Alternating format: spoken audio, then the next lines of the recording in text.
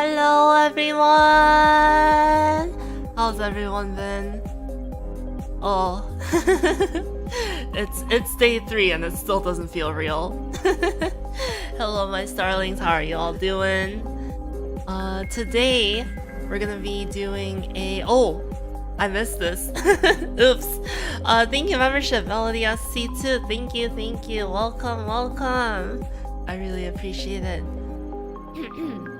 Hi everyone. Yeah, so today we're gonna be doing track breakdowns of my 2 songs, Xylitol and Perfume, from the latest Riot Games compilation sessions, Guardian Taliyah. Yeah, and if you're not familiar, this is like the collab with like League of Legends, skin line, and whatnot. So yeah. Oh yeah, good to see you here, Hanabai. So yeah, I think we can just get right into it. I don't know if there's anything else I wanted to mention. Yeah, I guess that's it. There's just like a lot of really cool things that I want to talk about within these songs, and just like a lot of, I don't want to say like memes, a lot of like Easter eggs that I wanted to immortalize inside the inside the lore of League of Legends. So yeah, we'll start with Xylitol, and then once we're done with that, we'll move on to Perfume. It's super cool that you got featured in something so big. I know, right? Like, out of everyone they could have chosen, they chose some random VTuber that has star theme. I don't know, just like the way they picked me, I feel like was so on brand. So yeah, let's move over to FL. And yes, never before seen.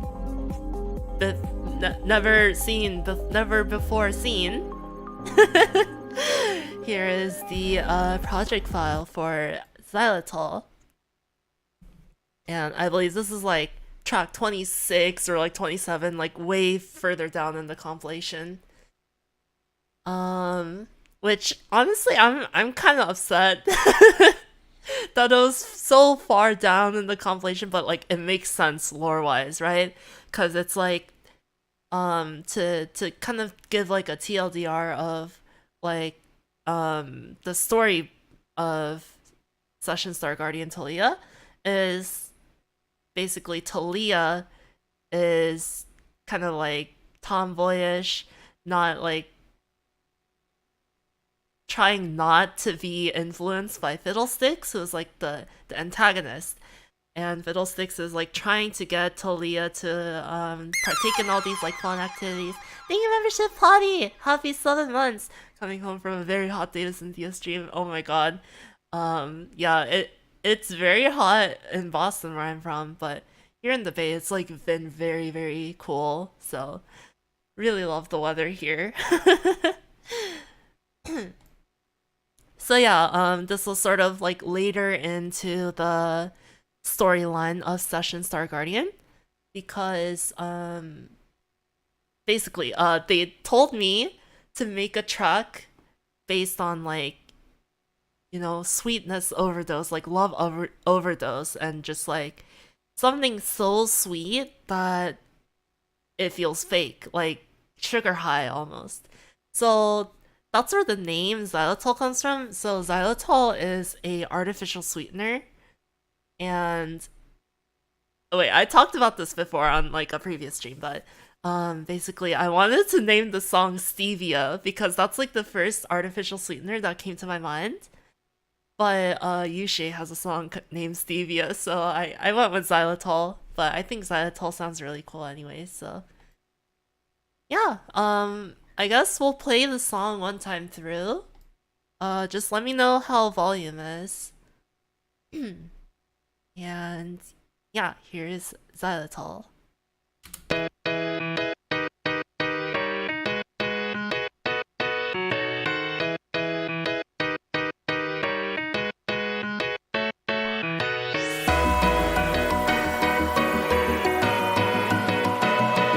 volume good. Okay.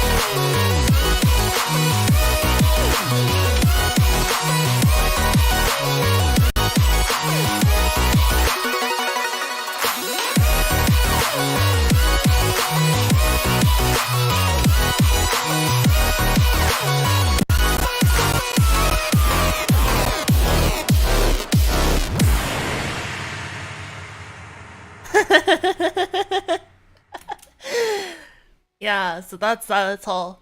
I had so much fun writing this. If you can already tell, honestly, there's just like so much like random stuff going on. The lick. Okay, yeah, we'll get into that later, but I,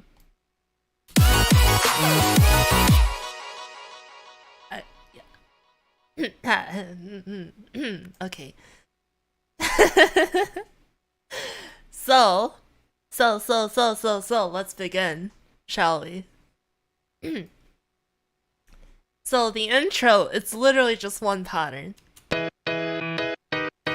And so the reason I went with this type of intro, it's like OG fans will remember this, but like it's very reminiscent of an older track of mine named Akiba. So for those of you that aren't familiar with Akiba, it's like one of my most popular tracks. Like it's the song that blew up on SoundCloud and it sort of just like took off. And it pretty much like I kind of owe my career to it. But yeah, it that song starts off with this like choppy piano sound, which was like very common back in the like SoundCloud future bass era of like 2016. Basically, it's just a grand piano with no release envelope. So it sounds very choppy, and then I just OTT'd it. You followed because of it. Yeah, see, the reach of Akiba goes very far. Hey Kane. So yeah, this is that's why I went with this type of intro. So yeah, I for those of you that aren't familiar though, I hate Akiba because I don't make music like that anymore, right? Because it's like just like hyper kawaii, just like you know. I feel like I've moved on a little bit. I've matured since that age. Like literally, I think I was 15 years old when I wrote that song. So reminds me of Perfume by Fusk. Yeah, exactly. That was like one of the most like monumental tracks in that era as well. So yeah, starts off with this type of very simple intro, but I think it's pretty iconic, you know. And honestly, if I'm gonna be honest, there's gotta be a reason Akiba took off, right? So I just went with this for now. Or not for now, for the track. It's already out. And this type of just like simplistic piano ends up growing into like more nuanced, like extra stuff.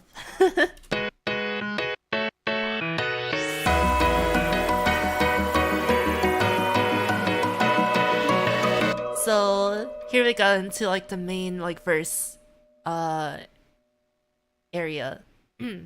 So this is where the bells come in. So I talked about this yesterday in my Everything Goes On stream. But this bell melody is actually Aurora.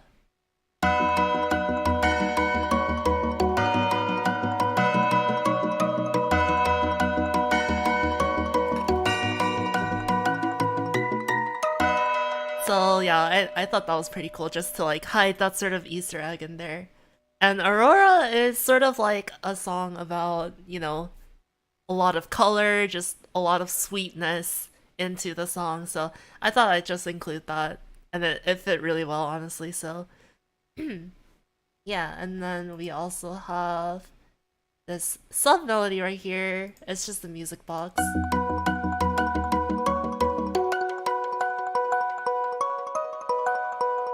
What? My Discord's going off, hold on.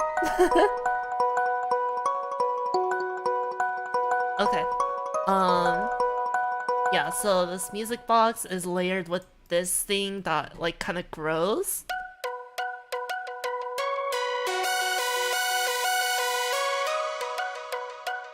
Just to kind of ease into the build up. And then bells and then just like chords.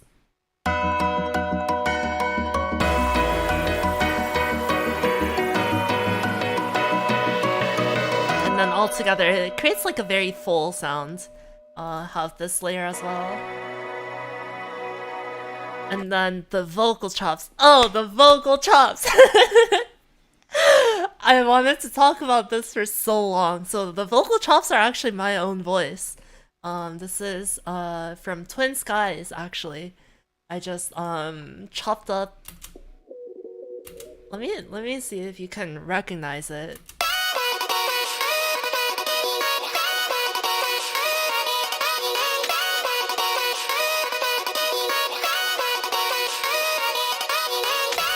Obviously, like super pitched up. But let me just like take the main part and see if you can recognize this.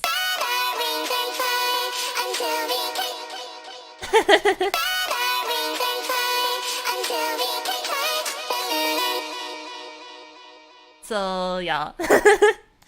It's really really cool. Oh, oops, I wasn't supposed to delete that. Yeah, it ended up sounding really, really cool. And then I added some sort of like distortion effect. Where is it? Yeah, this goes into here. Yeah, I added an effector with lo-fi, the Synthion classic. But it made the vocal chop sound kind of like Moe Shoppy. So yeah, I'm not gonna lie, I was very very inspired by Moe Shop as I was writing both of these songs actually. So yeah, I went with that sort of effect, and oh, you want to hear unprocessed? So over here. So without the pitch.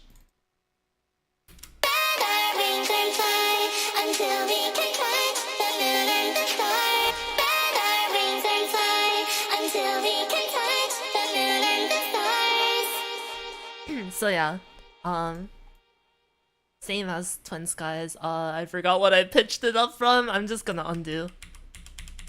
Uh,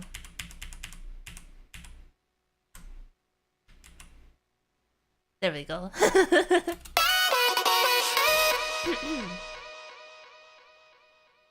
So yeah, and then the build up, basically just all the envelopes open up. This low pass opens up as well.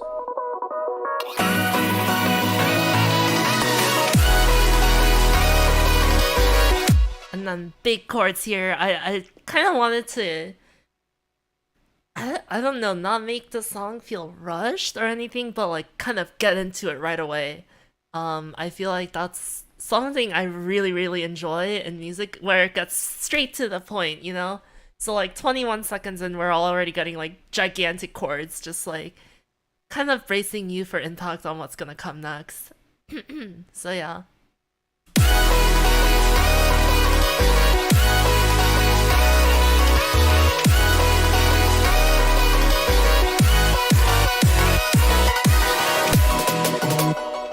So yeah, in this section, well, okay, the chords are just super saw and saw bass, the usual.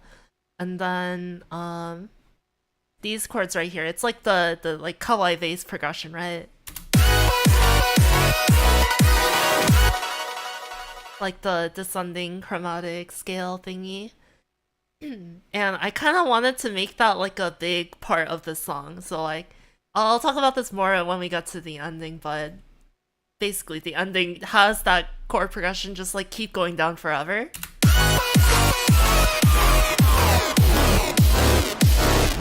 So it's kind of like basically this Xylitol is like if you took a kawaii bass song and just like corrupted it.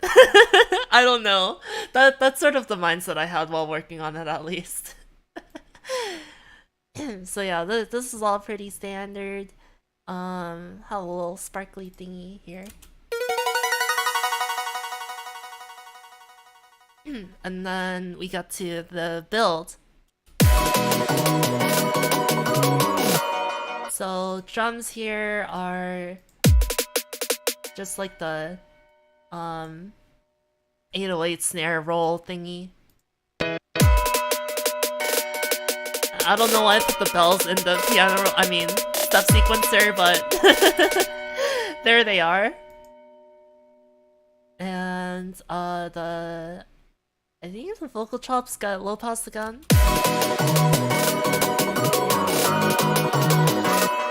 And then I added this sort of layer just to kind of fill in some space.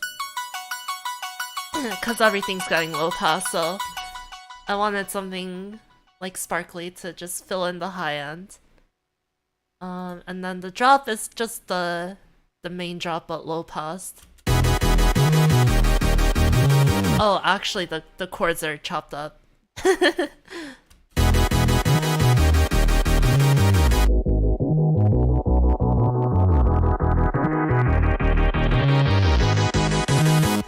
So I actually really want to talk about this bass line.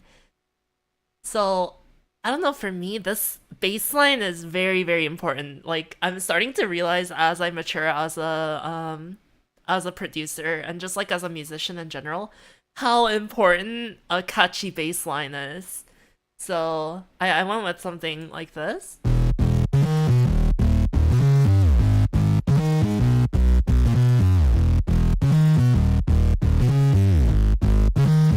So it's still pretty relatively simple, right? It's just the same sort of like pattern that's being shifted up and around. Um, but adding like raised notes like this, and then just like using notes that aren't the actual like root of the chord, I feel like just adds a lot of character to the bass line.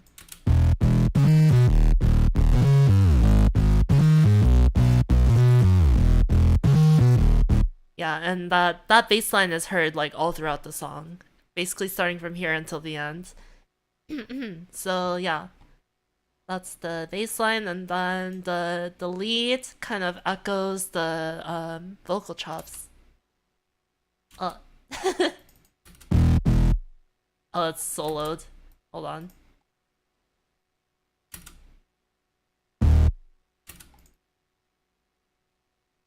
Ah, okay.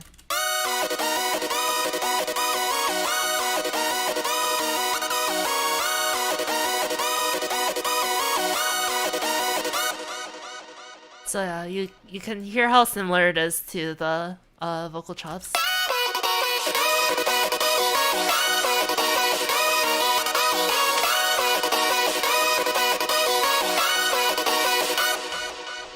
And I don't know, just like layering a lead along with the vocal melody makes it sound so much fuller. So yeah, I really, really like that. Did you use a preset or did you create the bass in from scratch? It's based off a preset that I made. So I guess from scratch. So I believe, okay, let me figure out what I'm doing here. Yeah, so this is just like my regular saw bass, except I used the just put a low pass on it. So that's like the normal saw bass that I use normally. And then I threw a low pass on it. And I actually think that opens up. Unless it doesn't. I guess it doesn't. Yeah, I guess it doesn't, but it's still pretty heavily distorted. Let's see, what kind of distortion does it have? Log distortion. So it does end up filling up that high end, even though it's being low pass. So yeah.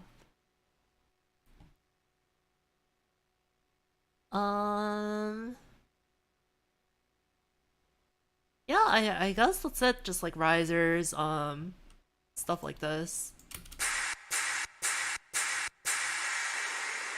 I don't think I need to go over that. Those are also samples anyways, and then build here, I think the kicks start coming in.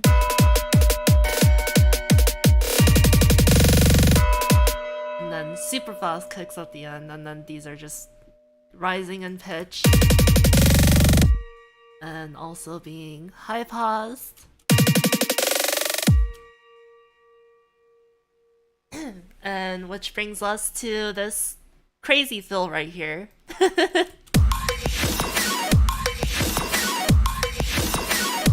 I really love this, how this fill turned out. And just like the fact that Riot used it for the preview of the whole album, I feel like they like the fill too. So yeah. The like what I base this fill off of, if any of you have heard Hello Morning by Kizuna Ai, produced by Nor. That song starts off with like a crazy fill that's like kind of like reminiscent of this style. And just like Nor songs in general, so it's like a Nor fill, pretty much. You may also know of Nor as Ice Room. That's their other alias, I believe.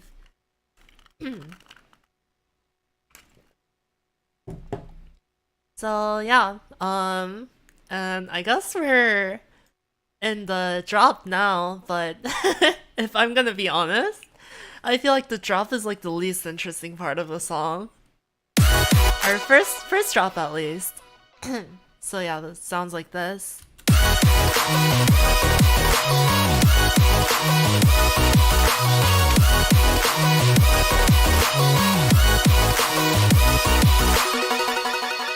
So it's basically the elements from the build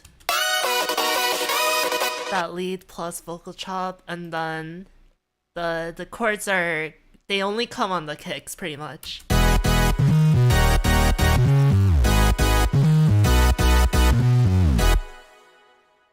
And the drums I'm actually pretty proud of. So this is like one of the first tracks where I actually like paid attention to what is it, like pre like reverse clap thingy, like getting this like little tail before the clap. I don't know, I feel like it adds a lot.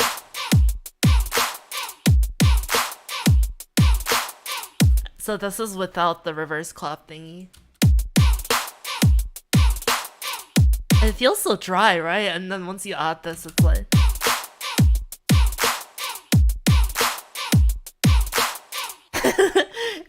I don't know, it feels more groovy to me. So I threw that in there. I think this is actually from the Moesha Volca pack. I believe you can just download this for free still. Where's it? Yeah, Moesha Volca sample pack. It's like a thing they did with Korg as a collaboration.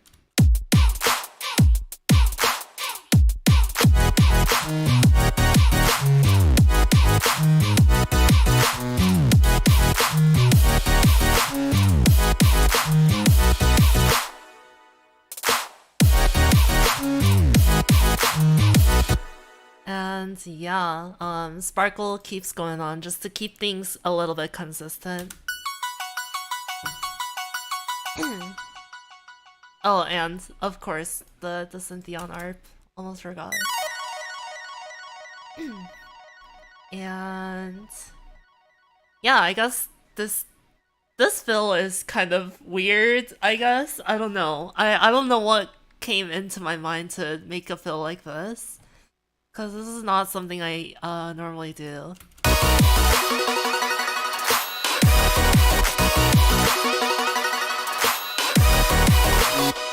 But it ended up working really, really well in the teaser. It was like a shot of Taliyah like opening a door, like the elevator door opening for her, and then once the triangle bell hits, it's just the screen just goes all black. I don't know. It sounded really cool. Maybe I'll pull it up at the end if I remember.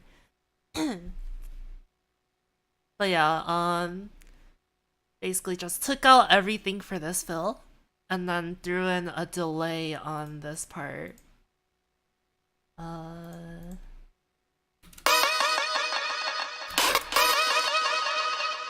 And the way I had it was so the delay kind of gets offset from itself. Does that make sense? So it's not timed super perfectly. It's not, and then it kind of like overlaps against itself.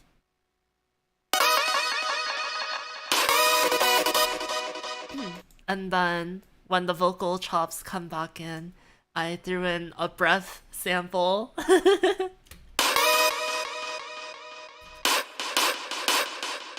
It sounds so weird. But in the context of the song, I think it creates a nice little lead-in back into the section.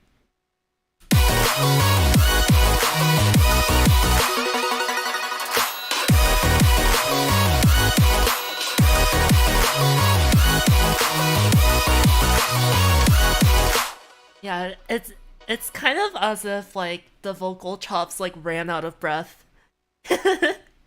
And then like had to stop here.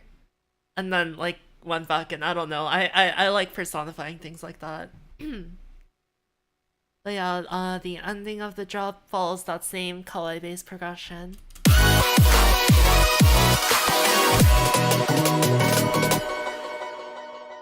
And then I believe this build-up is exactly the same. So I really like when dubstep songs do this actually. So they'll have a drop and then they'll just go straight back into the build-up. And then they'll do like a second drop that's like gotta switch up. So I tried to do something like that here. And I guess what's it? Compilation, I think that also does this. Just like goes straight into the build-up after the first drop. So it sounds exactly the same so far. But the difference is, I think starting on bar 52, the chords start to get more and more detuned. Oh, it's this that gets detuned. The sparkle. So you know what? Actually, let me just block all of these automations so they don't keep disappearing on me.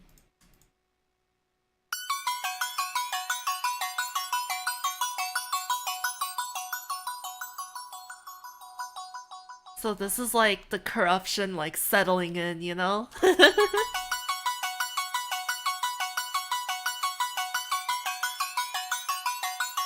Getting more and more detuned. And then what else do I have? Oh yeah, the chord just like stays the same.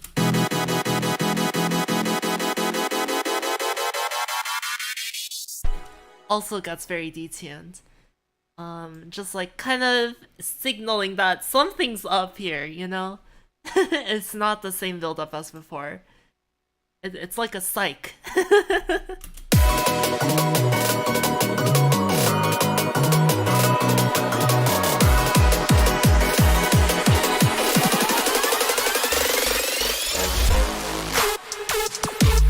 And then crazy trap drop. So, I guess I can talk about this fill. So, I originally did the same, or okay, so I was working on this track the same time as my Memory Garden remix.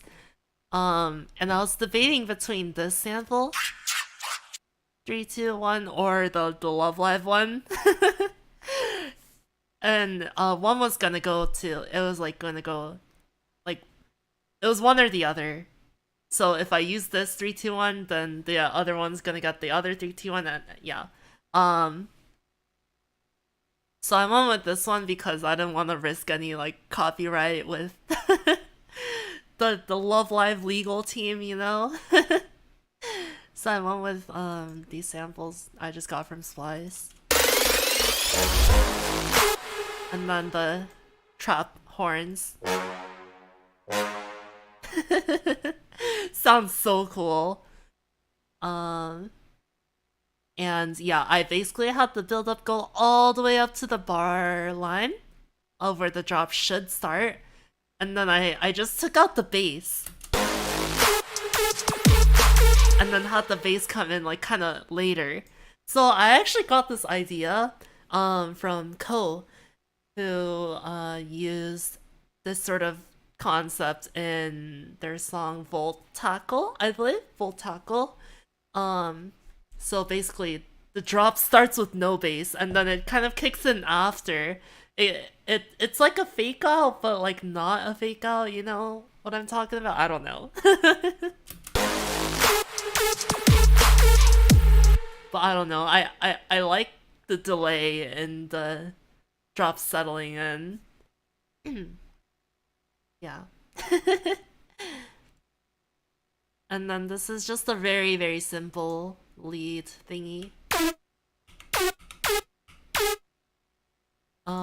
Yeah, and then the reverb is just coming in after that note plays.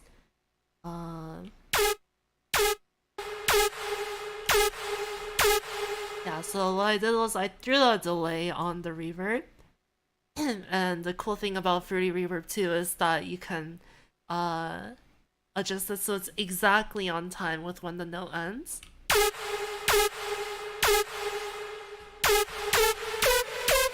And then the pitch just goes up linearly, so I didn't want to do like, you know, I thought that sounded a little cheesy, so I made it go up like more gradually.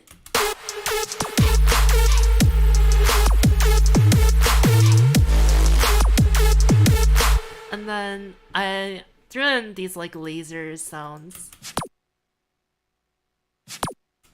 I just ripped it from an Iobon fill. But yeah. And then just like to kind of fill in space, I added some reverse sounds as well.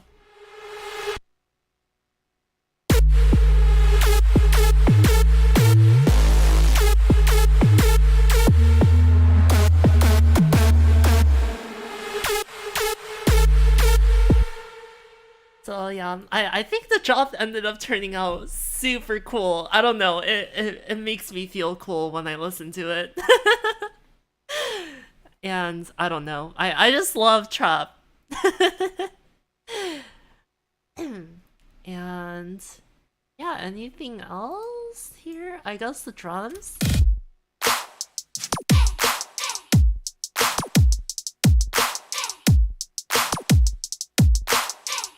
I guess the drums are a little bit more like the hi-hats are a little bit more for lack of a better term, drippy.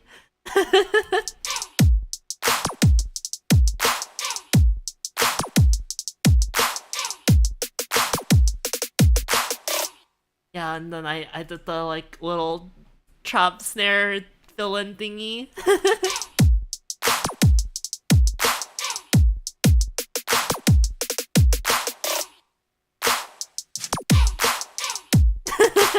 Yeah, I said for lack of a better term. What else would I call it? Like, I don't know.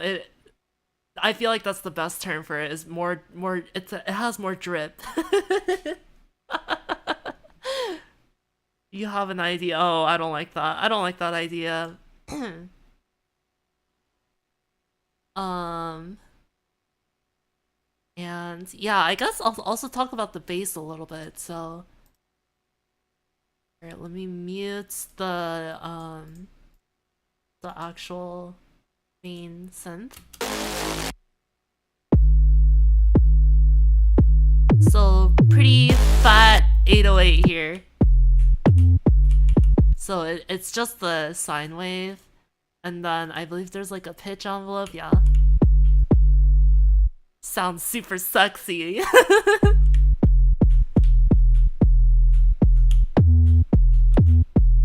And then yeah, it just has a sound goodizer on it. That's about it.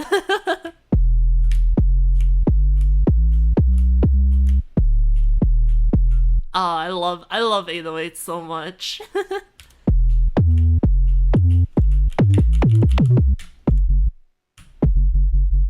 Whoa.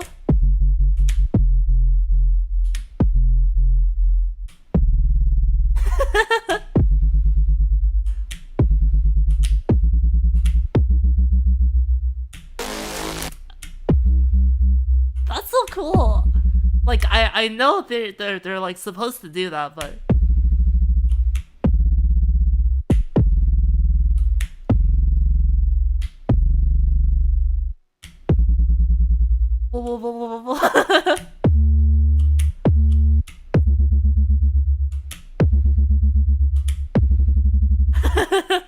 I don't know. Physics are cool. Okay, anyways.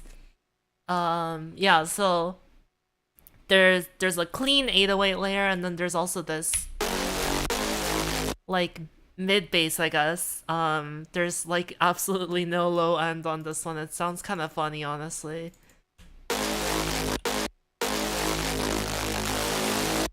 I forgot how I did the high pass on this.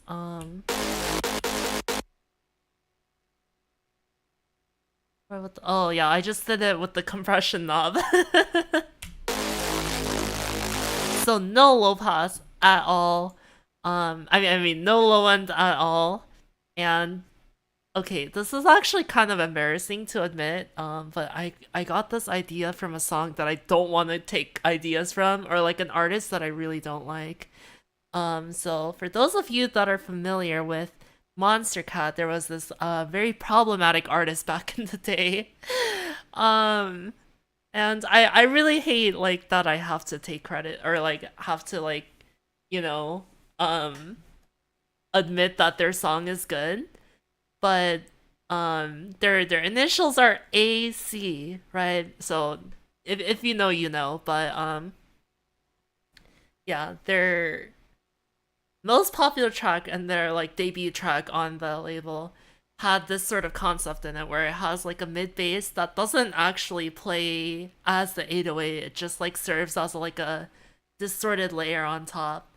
And as much as I didn't want to like, you know, take notes from that song, I had to admit there's like a probably a reason why it blew up. So Yeah, I tried to incorporate that here and I ended up sounding really, really good.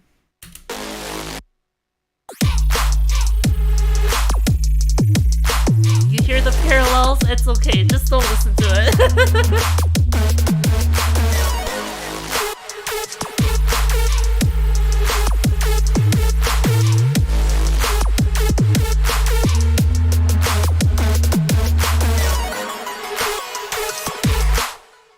Yeah, and then in the second half, I had the like distorted bells sort of come in again, and then just like the vocal chops as well. I think the vocal chops are also distorted.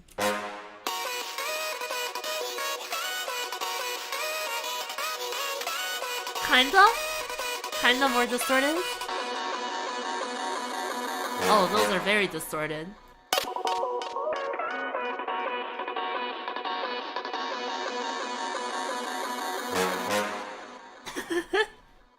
So yeah, I don't know. The horns are so funny. They got me every time.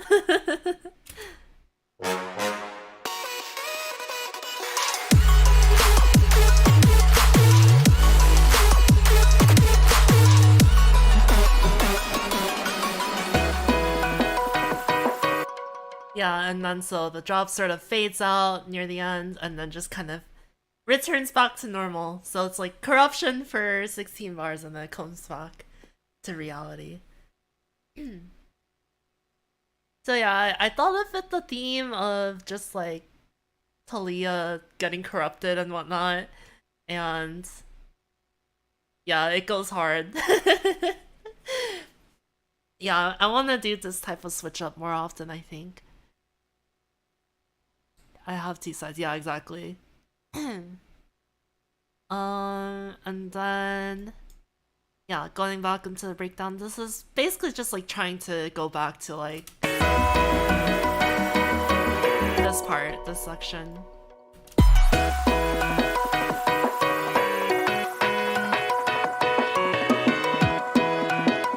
It's like the intro with more stuff, right? And it also has this like drum loop that's being like band passed and move around just to signify that the drum and bass section is coming. So yeah, the top automation controls the the band pass on these drums.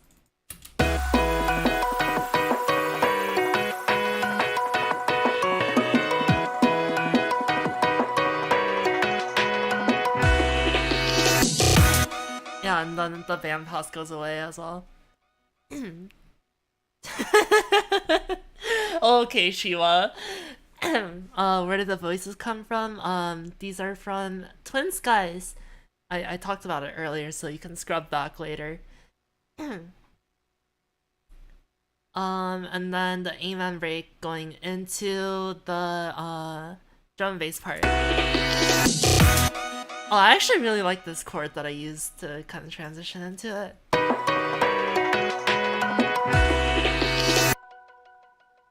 I don't know what chord this is, honestly.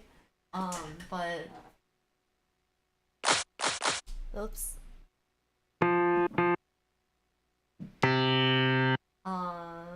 It's like this sort of voicing.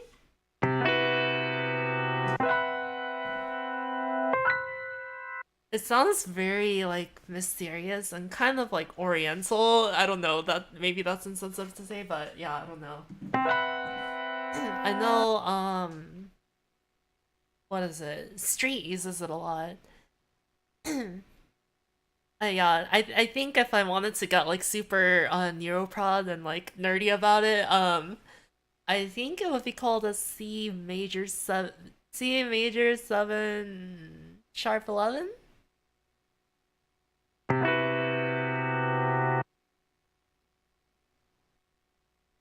I don't know, but the way it's voiced, it sounds really cool. Yeah, they clash in a good way. Yeah, it's like melodic dissonance. So yeah, I thought it kind of signified something that something new was coming with a new chord here.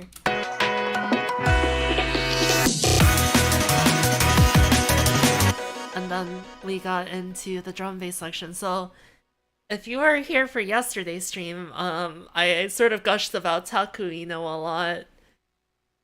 And yeah, so this is like if you have heard Polaris by Siren, aka Nini Yuna's latest cover. Taku Ino does this type of thing where it's like drum and bass.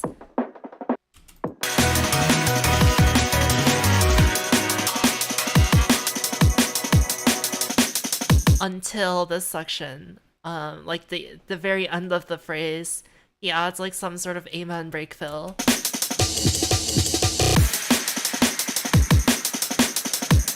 And I thought that sounded so cool, so I just like ripped that off.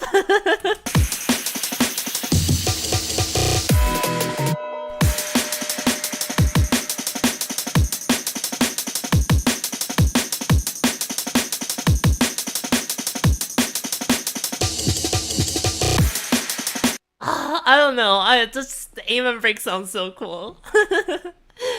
And then okay, let's go layer by layer. So we have distorted vocal chop. This is just sort of like a background layer almost.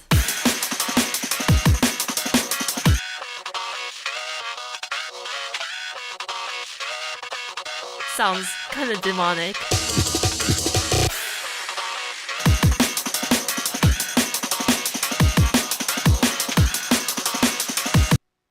Yeah, so that's about it for that.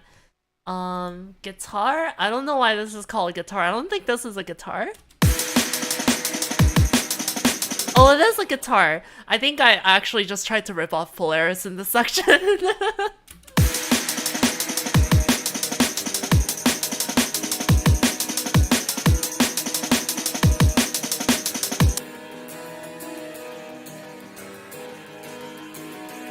Yeah, it's just like a little contact loop.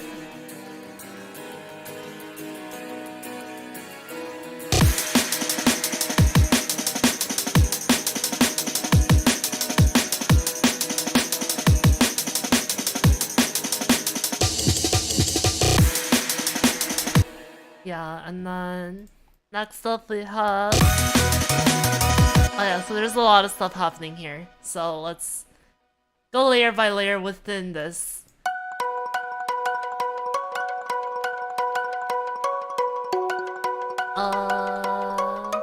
Oh, frick. I don't know why I made this so long. This pattern is like 24 bars long. Okay, anyways. Yeah, we'll start with... let's take the lead off for now.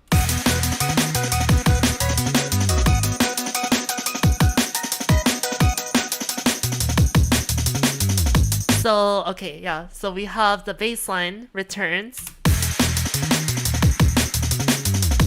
Except it's just like a sound font of like an electric bass.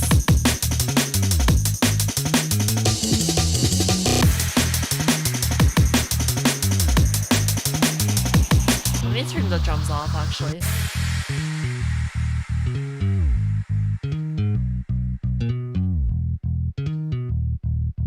Didn't recognize that as guitar until he took off the drums. Yeah, like the whole point of this is like you're not supposed to actually hear the guitar, right? It's just supposed to be like a melodic layer in the background. And honestly, like the more you don't hear it, the better it is, because that means it's just mixed in better, right? You like the bass fill? Yeah, I like it too. Sounds super cool. And honestly, like it's not even that audible as well. You just hear the like kind of sub shifting over because the bass is the only thing carrying that sub frequency range. So yeah. And then there's one near the end as well. Oh, I guess it just goes down. But yeah, there's the bass, and then I threw in some extra sort of... Actually, let's just do the lead first.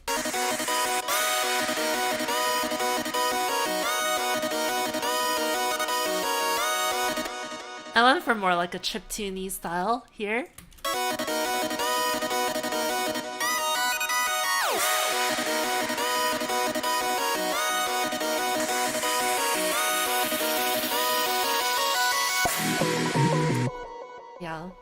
I thought it made a nice little contrast to the original section where it's like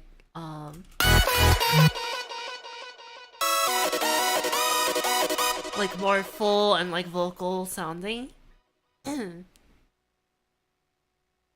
So yeah, and then a couple extra stuff here. I'll just solo these.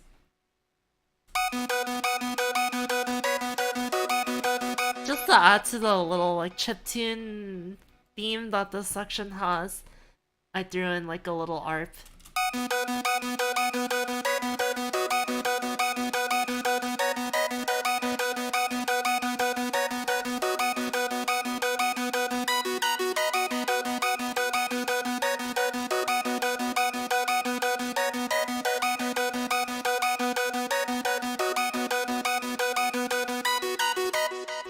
Okay, I don't know. This is like a weird comparison to make, but have any of you like do you know like the original like DuckTales like video game song? It's like if I were to play it.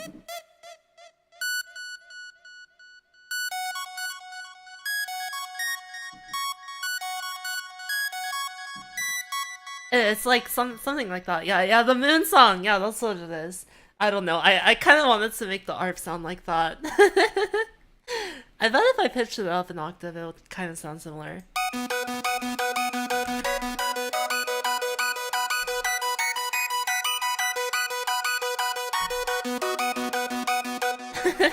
I don't know. I love that ARP so much. It really had a grasp on me as a kid, watching those Mario Paint composer videos. But anyways, yeah, and I guess that's about it. Chords, I guess. Well, what are the chords? Oh, it's what?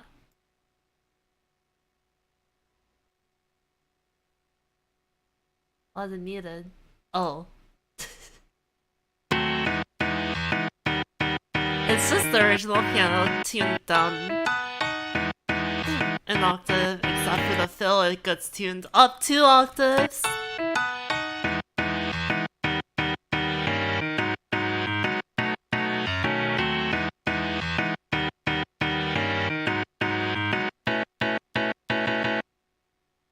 Cool chord there. And all together, it sounds like this. I feel like this part is like the most cluttered in the song, but I think it works well as a breakdown. Oh my god, I forgot to unmute everything. There we go.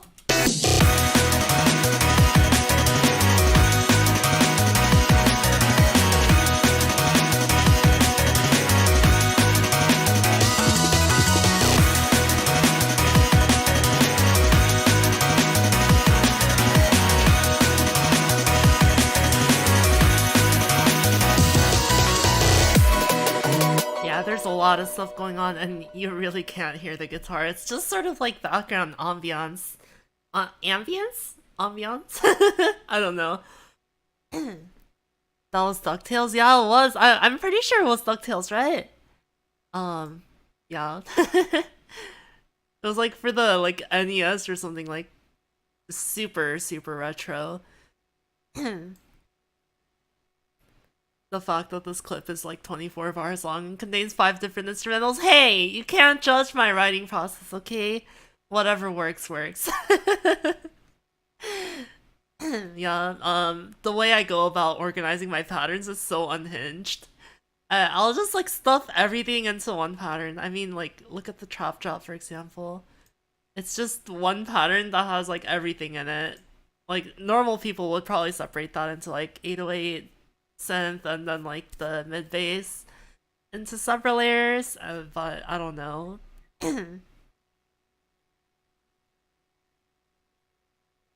So yeah, next up we have the final build up.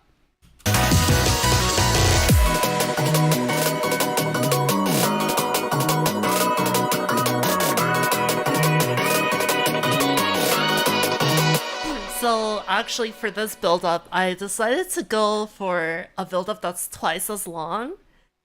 I don't know. I felt like I had to account for the fact that this drop is twice as long, and then like, there's two build-ups in the first half. So I was like, maybe I should combine them so it's like twice as long. Okay, I don't know the reasoning behind it, okay, but it sounds good. And it flows into the final drop pretty nicely. So yeah.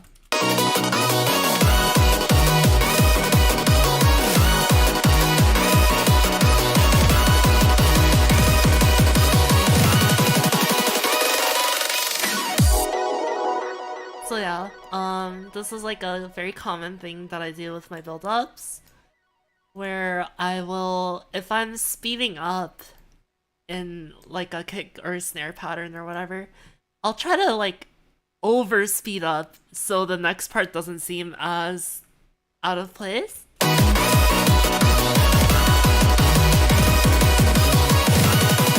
Like for here example. Yeah, so extra speed up, so like kind of like overshooting it and then like getting into the right path. So yeah. Oh, you like the bell sounds? Me too! I feel like they add so much to it. It's just like it wouldn't be the same song without them, even though it's like just one instrument out of like a bunch. Actually, can I see how many instruments? 108 plugins, so something around that, I guess. Wow, I only worked on this song for 14 hours, wow. But anyways. So yeah. Big build up here, and then yeah, I guess there's nothing really too different other than the drums and the build up, and the fact that the fill is kind of off to the side.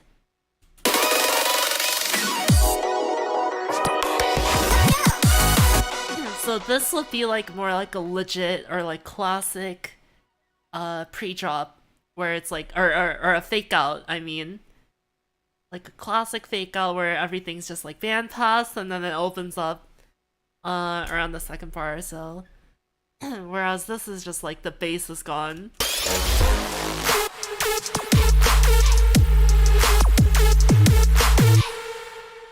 So yeah.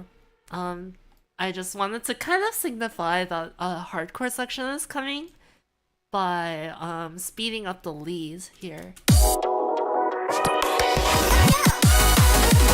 And then of course gotta have the signature chopped up kick thingy.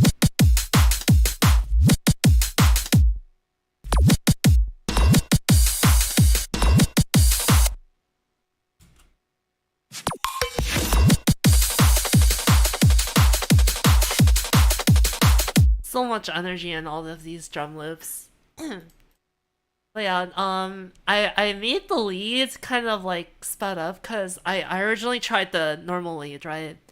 But the fact that it's just like by itself with no vocal chops, I felt like I needed to add a little bit extra to it.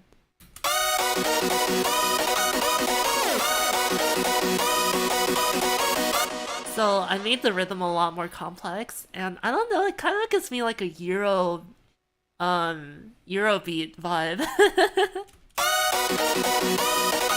I know it's not like the same like type of sound, but I don't know. Just like listen to this and like I feel like you'll hear what I'm talking about.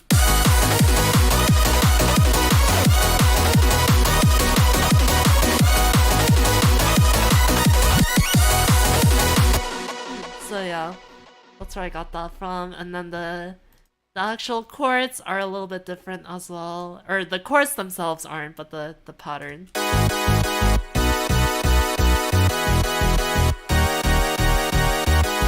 So the bass is only on the offbeats, and then I kind of cut them short just to make them not feel so sluggish.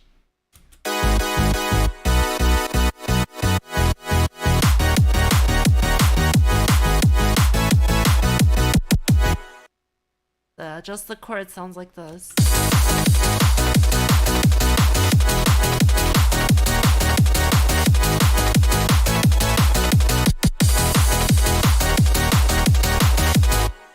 Got a very very nice, pumping, hardcore feeling. I love that. I live for that. It's the bouncy bass that makes it Eurobeat. Yeah, I guess if I use the bouncier type of bass, it would really sound like Eurobeat. But I think the lead itself has like that like pitch shift thingy that's common in Eurobeat leads. So yeah. Oh, thank you, Daily Monk. And yeah, the sparkle is just still there. It's just you can't get rid of it. It's just always there. And then yeah, the lead also has some little flourishes here and there. Just to add some extra spice.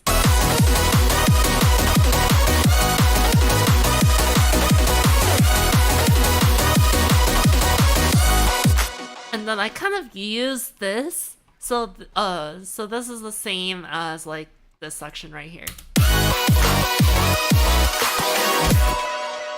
Just to kind of ease back into the first drop. So it's like kind of flipping it back in reverse.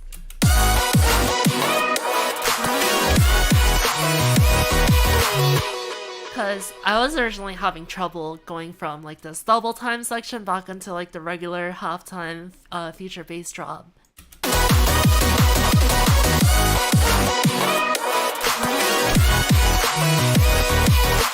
Yeah, and I basically ended up just filtering out all of the lead stuff and then putting this lead in like with a kind of pickup or like intro to it.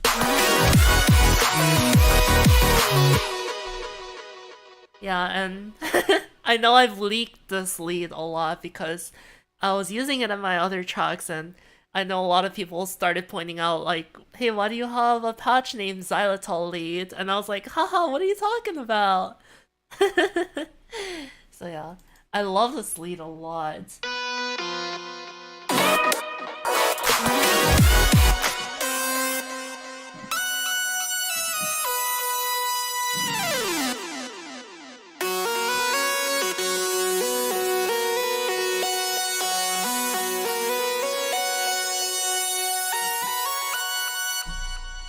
Yeah, I don't know. The phaser I think really makes this lead pop. Yeah, there's just like a subtle phaser going on throughout it. And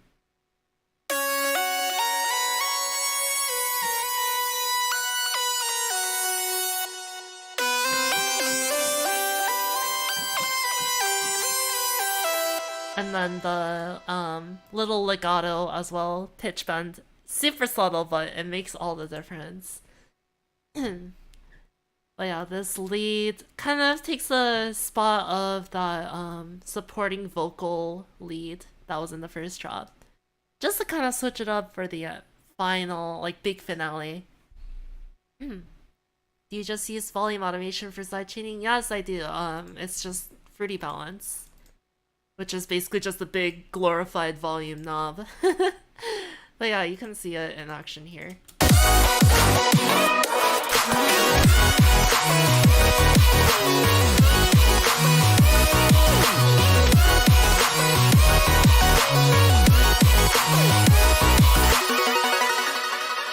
So yeah, same sort of drop here, just the lead is different, and then I tried to go for like a solo-y, like a jazz solo vibe.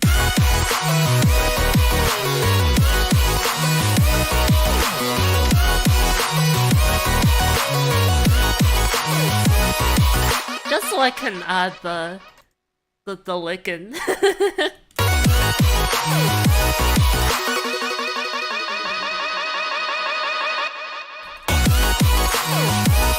I wanted to slow it down, but oh well.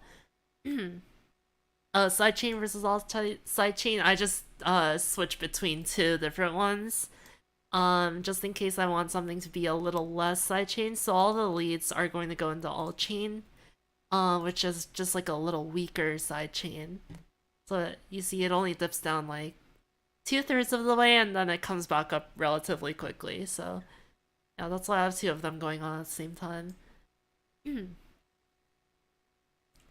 Yeah. Yeah, and the lead is just cemented there forever in all of League of Legends history. You know, I had to do it.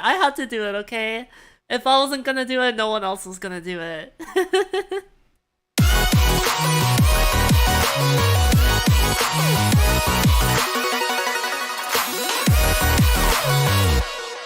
And then I just kind of mirrored this little fill with the lead.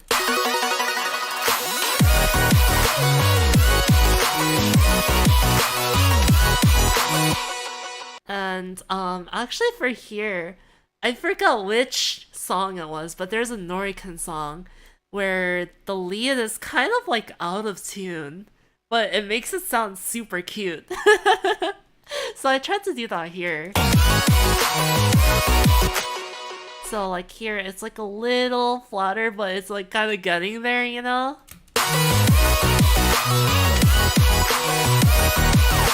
And just using a lot of slide notes and portamentos. So yeah.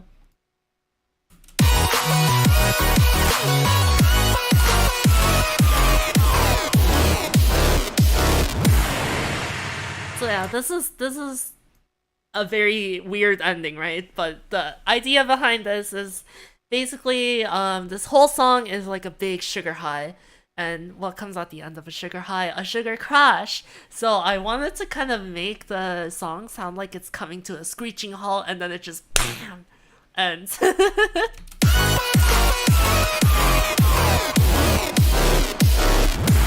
So yeah, that's where I got the ending idea from. I'm not exactly sure if I executed it correctly.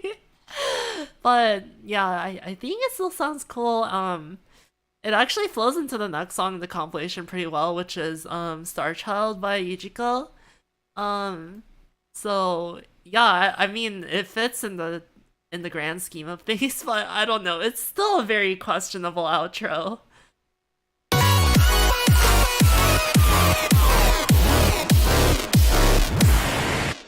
But yeah, basically the kawaii based progression just keeps going down. It's like too much sugar, and then bam, the song's over. You are now crushed from all the sugar that you ate. Yeah, the most cursed part about it is the chord progression, right?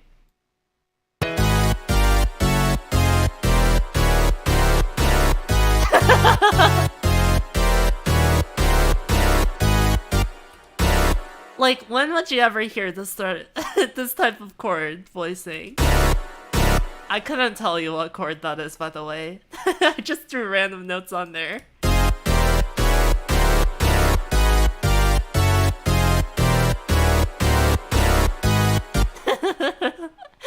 But yeah, the idea is it just keeps getting more and more distorted.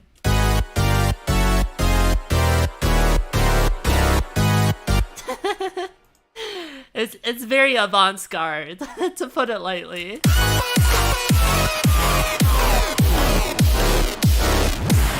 And then the vocal chops also.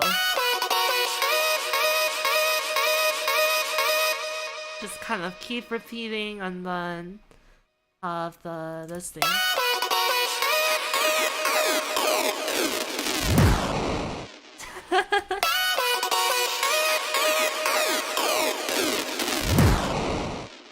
So without the tempo change, it sounds like this.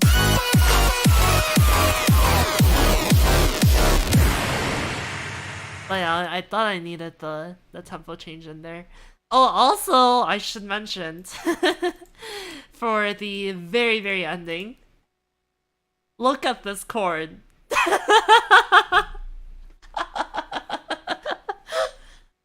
I mean, when are you ever gonna see something like that, right?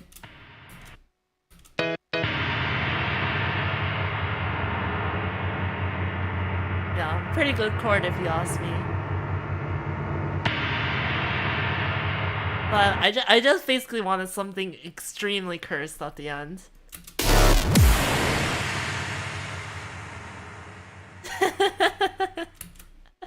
Name that chord. Okay, alright, let's go. So speedrun time. This is a B, D, F, A, C, E. So this is gonna be a B, B natural 11, with a sharp 13 going on, and then We got the C, E, G, B, D, F sharp. We got a C7 with a sharp 11, and then we got some extra attentions on there. Okay, I'm BSing that. Okay.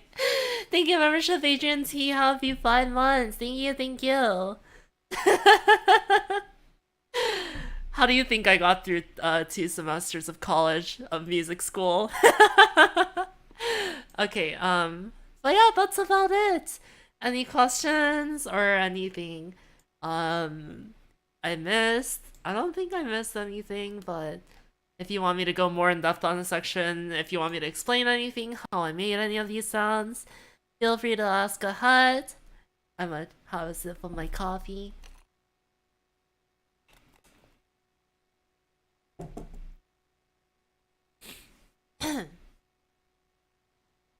Alright, doesn't look like it. So yeah. Uh yeah, I guess that's it for Xylitol. We will be moving on to Perfume, but before that I really have to pee. So I will be right back. And once I'm back we will have Perfume pulled up. So yeah, be back in like 2-3 minutes. BRB. Ah!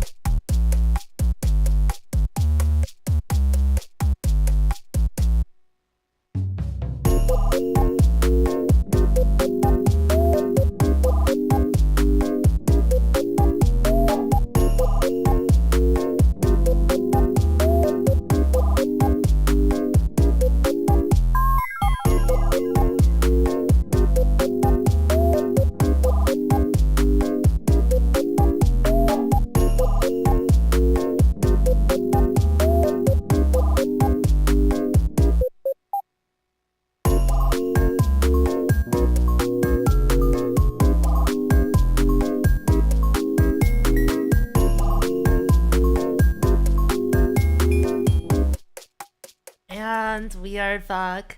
I saw one question at the end. So I'll go over that really quickly. So, what was it? Could you share the voice sample that you use in the second build-up slash fill?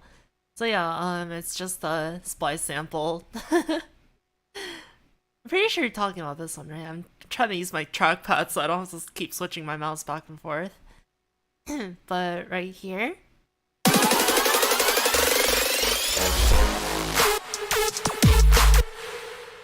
The 3, 2, 1, right? Yeah, it's just from the Count sample pack. Unless it's something else. I think that's the only voice sample I used in the second drop, so. So yeah, hopefully that answers your question. I'm going to pull up Perfume now. Oh, third drop. Third drop? What is in the third drop? Oh, let's go. I got this off of freesounds.org. Let's go! But I think it was also used in like a Virtual Riot song. It's one of the electro ones from the Throwback EP or whatever it's called.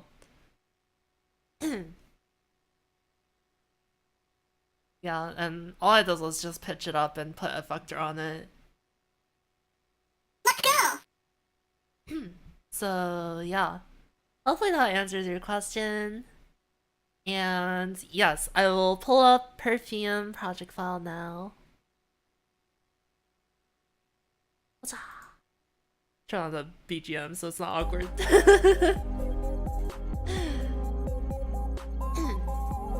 Do not save.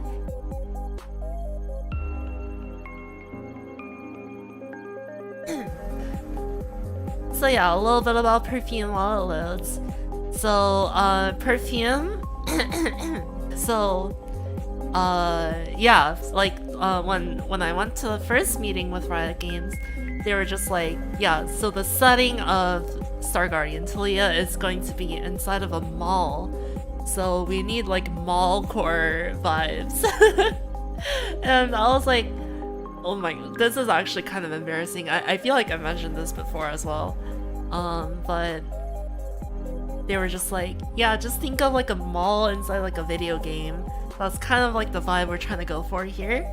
And then I was like, oh my god, I love video game mall music so much because I played a lot of MapleStory when I was growing up.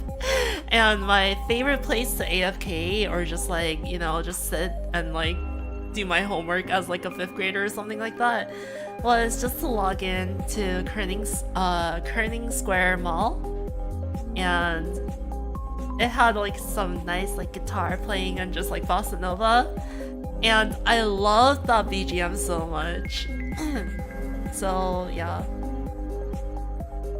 What is this song called? This is Just Chatting by me. So yes, let us view Perfume. And the reason behind the name is because, I don't know, perfume is like something that you buy at a mall, right? So I went with that type of name for it. I actually just did buy some perfume with Yuna. We had a little like girls' day out thingy, and she helped me pick out a perfume. I spent a little bit too much on it, but hopefully it lasts me forever. Well, not forever, but for a long time.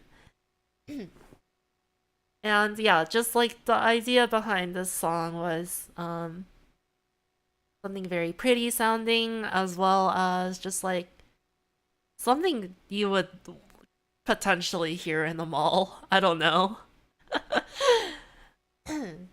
So yeah, this is Perfume. We'll listen to it all the way through and then yeah, go over it. So without further ado, here is Perfume by Synthion. Here, I'll actually do this. And then move the marker to the beginning. Does that work? No, it doesn't. I'll just start it from here.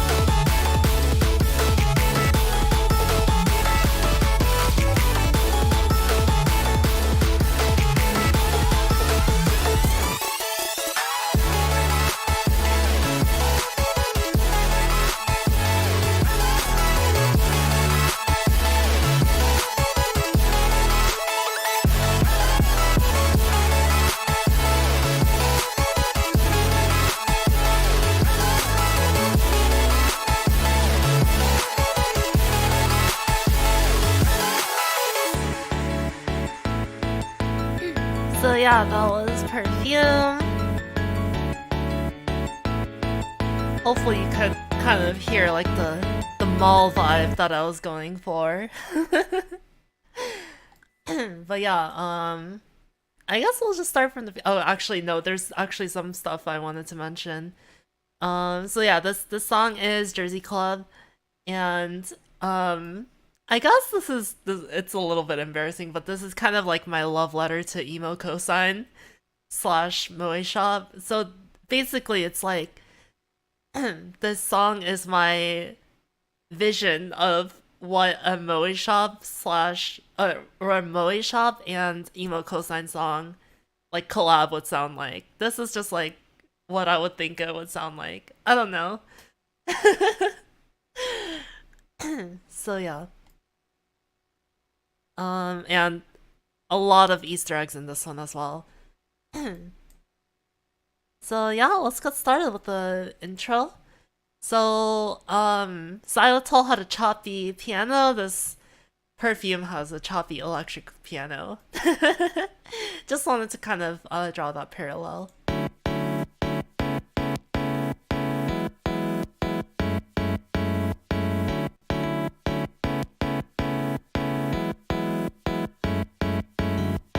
So this is just a little thing I made in hybrid keys. Sounds very fuzzy, but like crunchy almost. I don't know. And then we have the Perfume riff, I guess, motif. I just wanted something with a very memorable intro. So I feel like this melody is very memorable. And I don't know, it just sounds like it should be an intro, right? It feels familiar. I don't know. That's what it felt like to me. Even though I've never heard this riff before, it felt a little familiar. And then the drums. So these are just like soft jazz drums.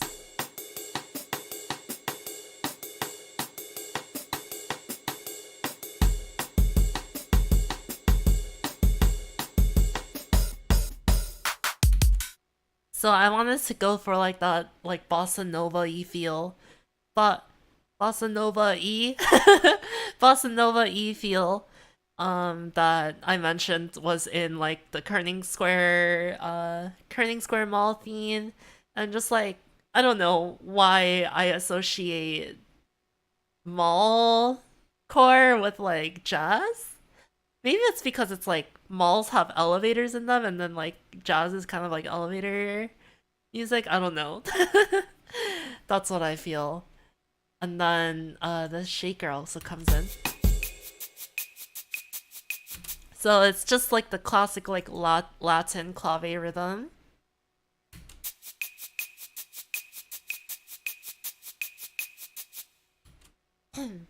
And yeah, this riser heads into this main verse part.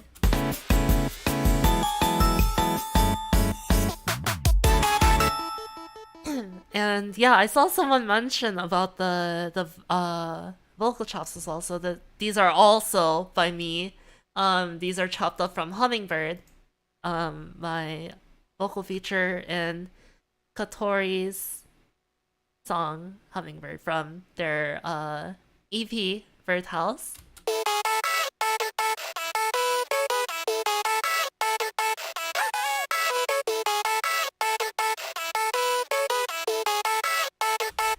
Let me just pull like maybe this part out.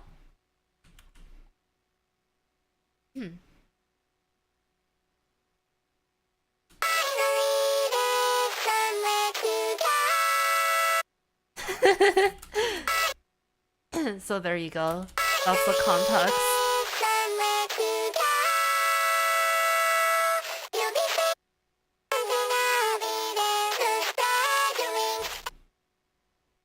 Yeah, very, very distorted though. I wanted to really make it sound like Moe Shop vocal chops.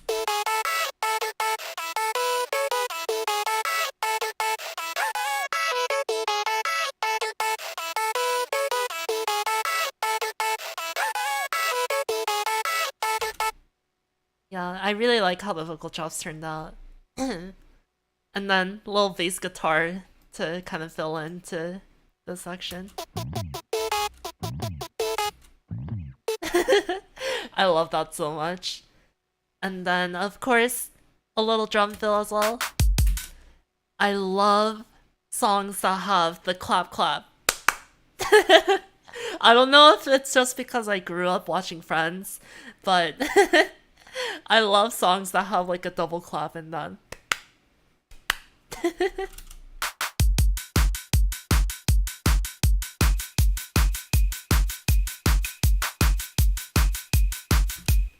Yeah, I did the same thing in small core as well. I really gotta finish that. But yeah, this is the main verse part now. So we got the perfume motif going on still.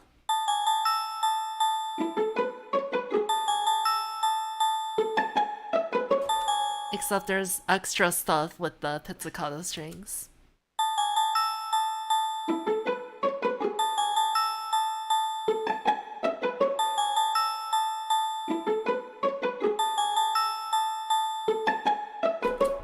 And also, I had to add this. This is just like, this is something I stole from Pico. But she adds this like little sparkly layer that adds a lot of like, not rush, but like a little extra rhythm to the song because everything here is all just 8 notes, right? 8 notes, and then I wanted something to be like 16th notes, so I added this little layer. Thank you, Pixel. Yeah, this is bossa nova influence, definitely for sure.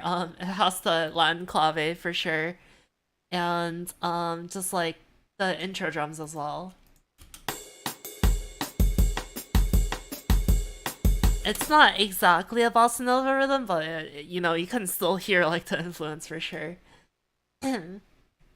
So yeah, we did those 2 layers, and then the pluck. Or I guess it's not a pluck, but it turns into a pluck later in the song.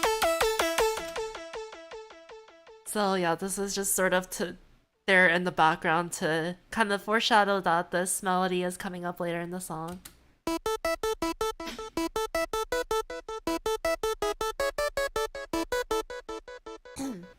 And then yeah, the main meat of the section is right here.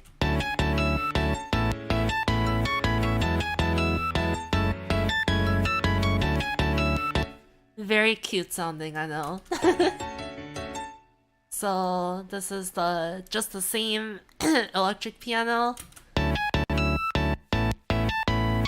except I threw in the melody, the vocal melody.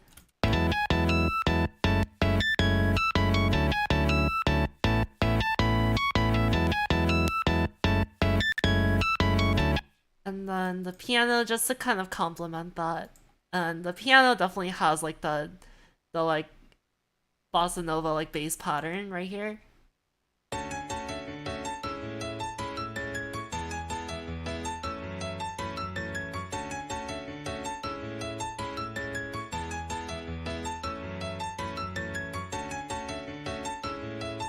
Yeah, it's not supposed to be super audible, just like kind of there in the background.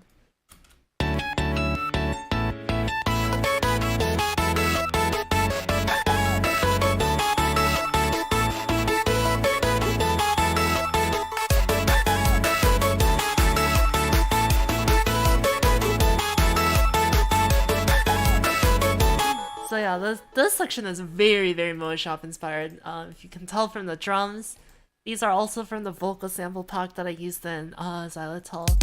So these are literally just Moe Shop drums. And then this is from Hyper Potions pack. I think this is from a Murtag pack. And then the hat is also from the vocal pack, I think. Just like a very 909 hat.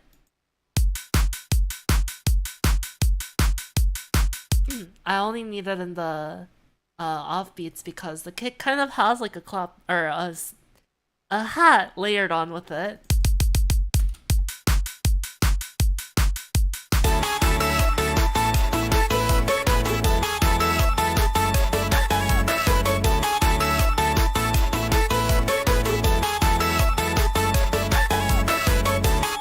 I don't know. This section just feels so addicting, and I just had to repeat it twice. I know nothing changes in the second half, but I just wanted to listen to it longer. So I just repeated it one more time.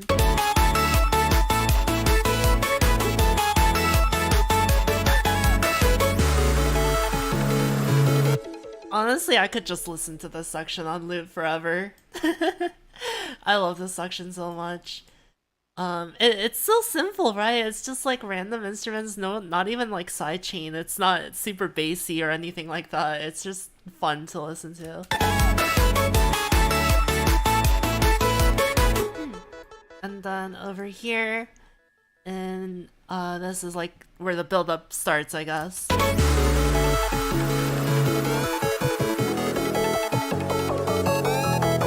So I threw in this sort of, I think this is just 3x oscillator, yeah.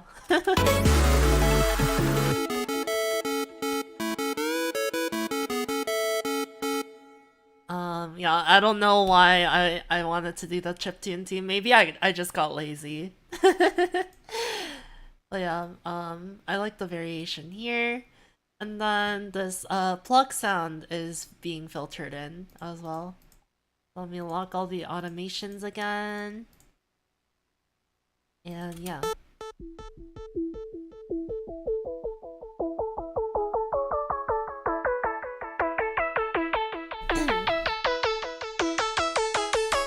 So, I don't know, I feel bad kind of saying this, but I kind of stole this melody. Well, okay, I didn't steal it, right? I was extremely inspired by a certain song. So I actually don't know the name of a song. I heard it in a set. So let me see if I can pull it up actually. It's gonna take a little bit for me to find, but I'm pretty sure I know what set it's in. It's Monday Studios Boiler Room set. Monday Studio Boiler Room. And I looked everywhere for the song, but I just can't find it. So if anyone knows what this song is, I'm pretty sure it's a remix of a K-pop song. So yeah, I'm just gonna play it starting like here. Can you hear that?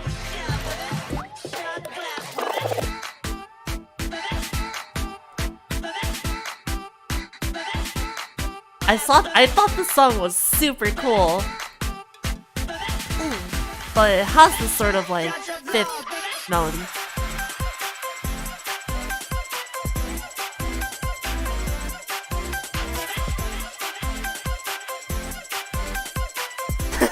I don't know, I thought the melody was so cute.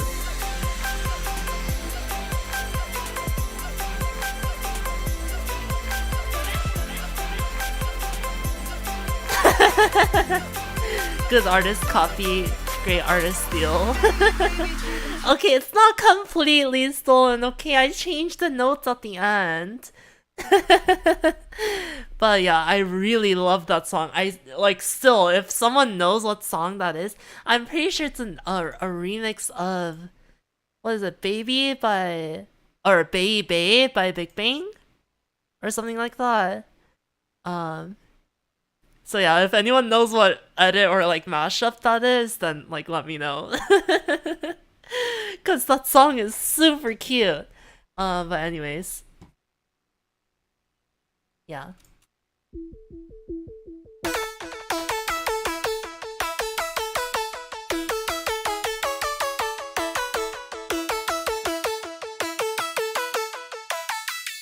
So yeah, I threw that melody in there.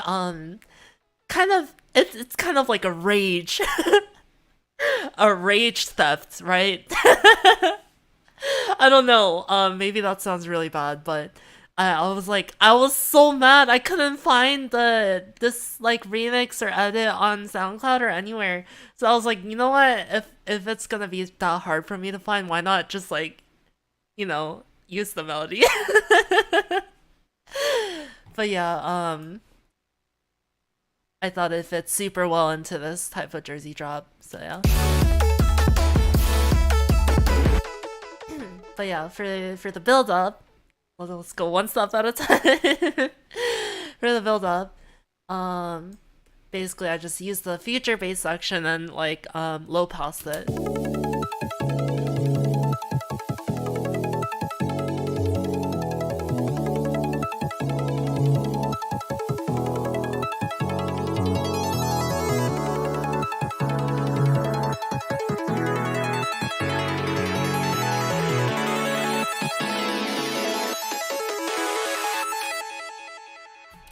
Yeah, and then it just kind of grows. I really like the art that I used for this entire song. I feel like it really adds a lot, and obviously the art is super Moe Shop inspired. Just like if you really pay attention to Moe Shop songs, they use so many arps just like throughout the entire song, and I think that's really cool. I wanna do that. And then the lead as well. Imagine that set gets copyright ID as Perfume. There's no way that happens, right? There's no way.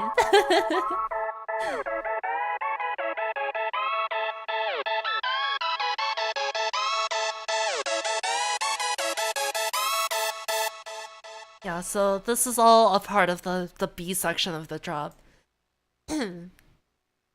And the build up for the actual drums is very similar to Xylitol, actually.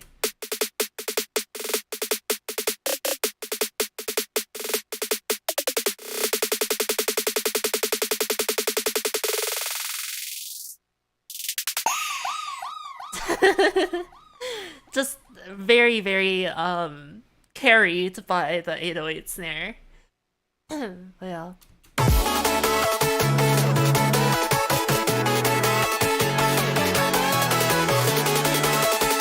Arts on.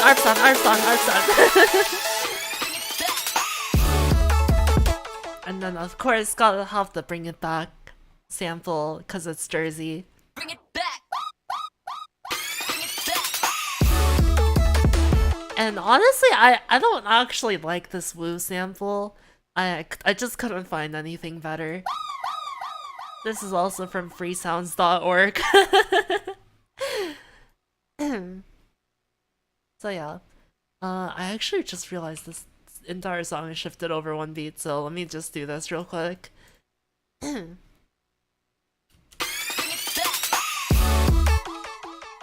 yeah, just got the D more break as well. Classic Jersey stuff. Just extra samples here and there.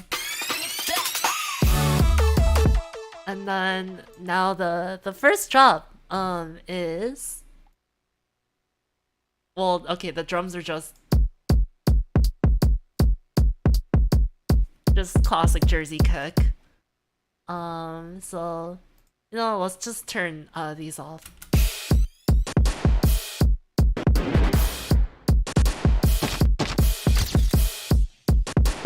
Honestly, it felt a little bit weird adding gunshot samples to something that should be like based on a mall.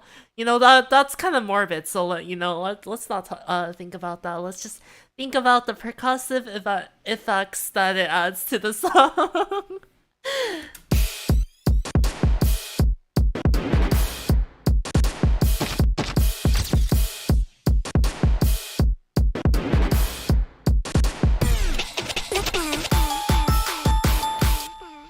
So yeah, I really like the like cut off samples though.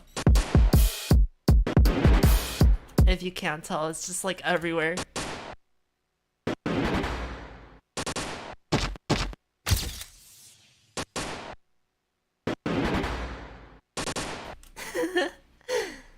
They're pitched down perfume spray samples. Exactly, so true. But yeah, let's not pay attention to the names of the samples. And yeah, of course we got the pluck.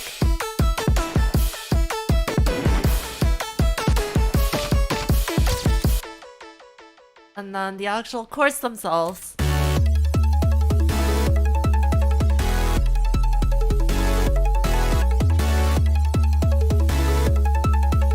I use the same sort of 808 bass.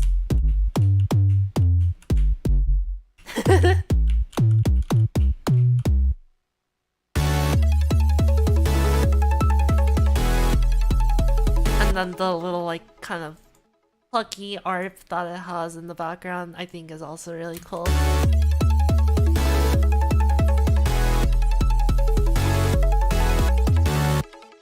That's a lot more than you think.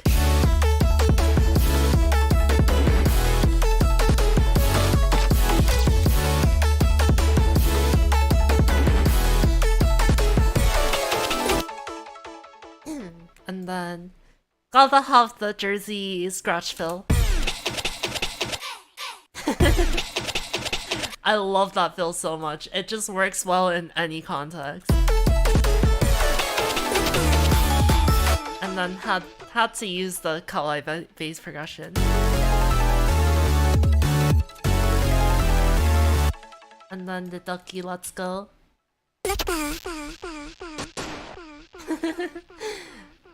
It has the same sort of rhythm as these like chopped up samples.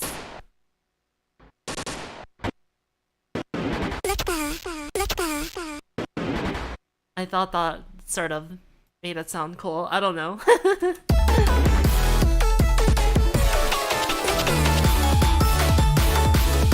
And then it goes into this like more kicks section. I don't know.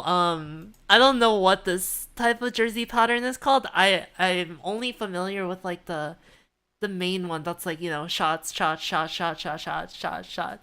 But like I don't know what this one is called.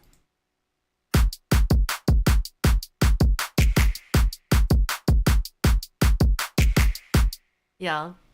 I don't know what that's called, but I hear it in Jersey songs a lot. It's like bum bum bum bum bum bum bum bum bum bum, and then the snaps at the end as well. Yeah, I heard emo cosine do this in what is it, Cutter? I think it's in the second drop of Cutter.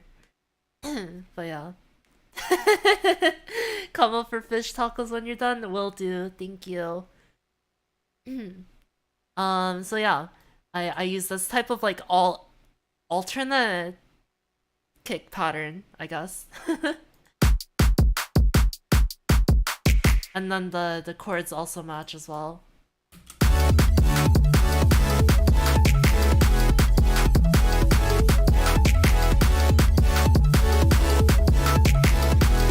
And then the perfume motif comes back in as well.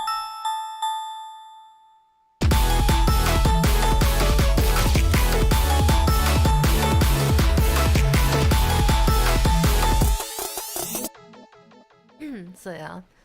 Arts are so collective. How do you think of these lines? It's really just like a broken up chord. That's what an arpeggio is a broken up chord.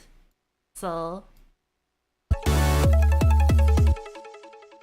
I think this is just like the same type of art that I use for, you know, those like shooting star fills. So E A G E C A. So what would this be? A major 7? Just like going up and down forever.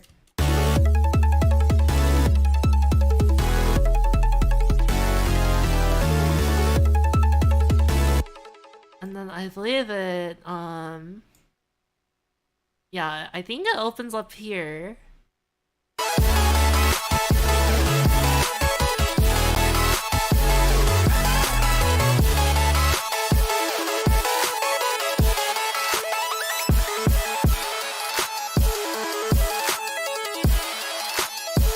Oh yeah, there it is. The plug decay link. So that's being automated.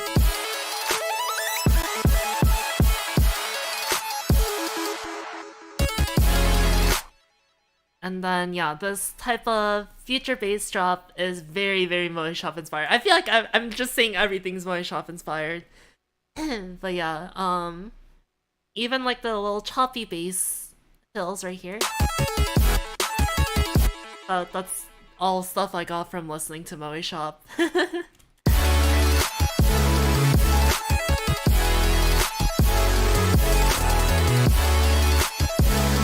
Honestly, I wish I did these like choppy bass fills for Shoujo because this is like the same type of like, chord rhythm that I did in Shoujo. And that was also based off of Moe Shop. So yeah, that's just sort of where I got that from. And chords are just simple super saw and saw bass.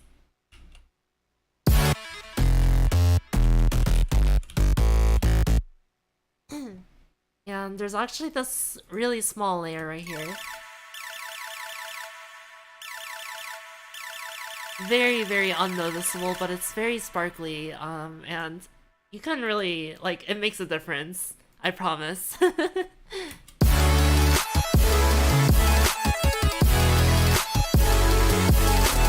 It's very, very faint in the background. And yeah, the lead is just the same. I think it's literally the same two pouches I used in Xylitol, which kind of makes it stay consistent.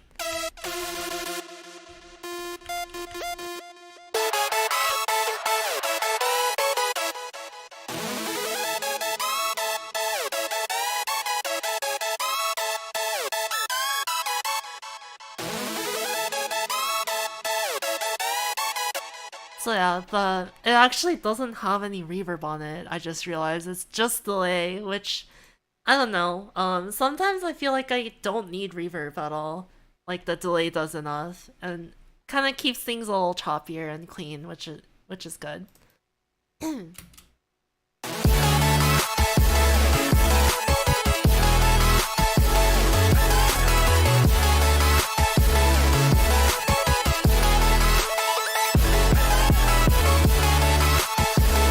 See you, Claudie.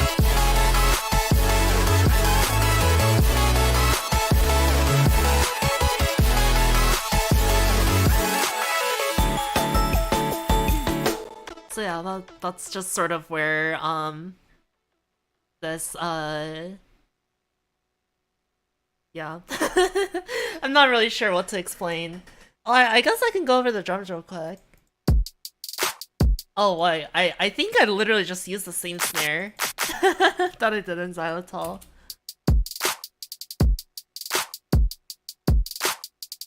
Still sounds different enough because I used a different kick. Oh my god, good to see you again, kiddos! What's up? Thank you, thank you. And hey Celestial, welcome to the stream. So yeah, that's just simple future bass drop, and then we got into this like weird reprise section.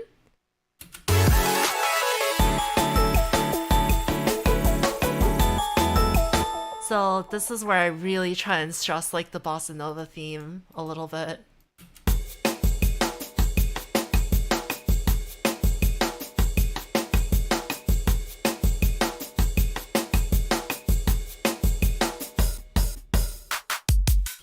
Yeah, even if it's just for 8 bars, I really wanted to like kind of stress that like bossa nova influence in there. So yeah. And then the chords got a little weird here. So this is kind of like, okay, maybe like the prequel to Xylitol, where it's like kind of going into the sugar high type of thing, where it's like you can find like you can hear a little bit of corruption, I guess.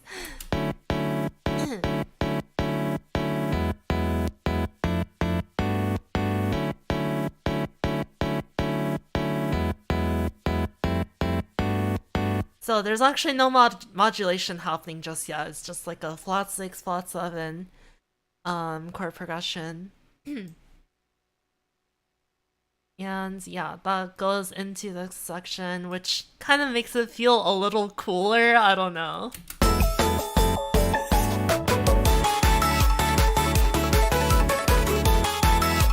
And this is just the same as the verse, just different chord progression.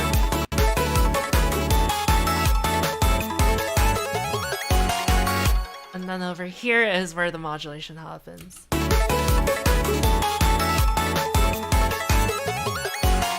Yeah, Raishan, you can finally finally flex your music theory knowledge here.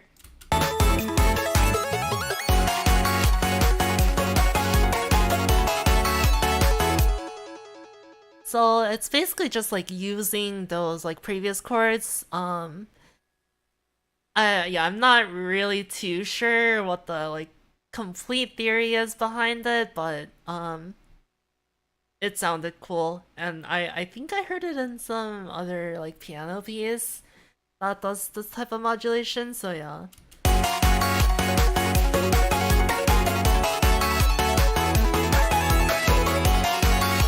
Oh, you know what it is? I based it off of Cerise by Moe Shop. So I believe Cerise does the same modulation. So yeah. Just ripping off Moe Shop again.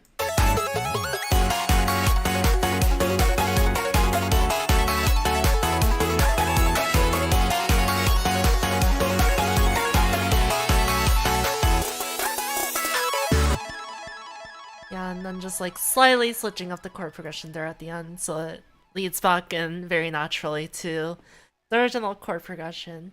Is modulation kind of like a key change? Yeah, it's like a very brief key change, so it doesn't have to be brief, but it's just it's a temporary key change, right? So you're doing a key change with the expectation that you're going back to the original key. So yeah, that's what's happening here.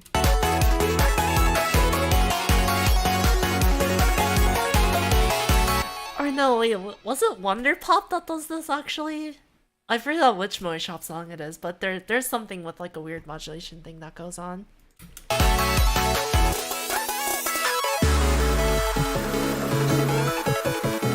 And then yeah, going back into the build up here.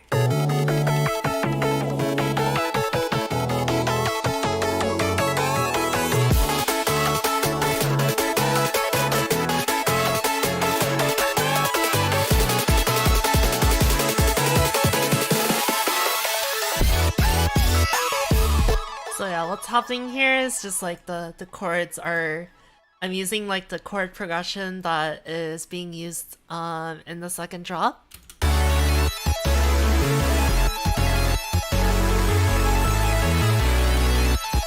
Like, so all the fancy chords are being displayed in the build-up just to kind of signify that something new is happening here. And also has the new rhythm as well.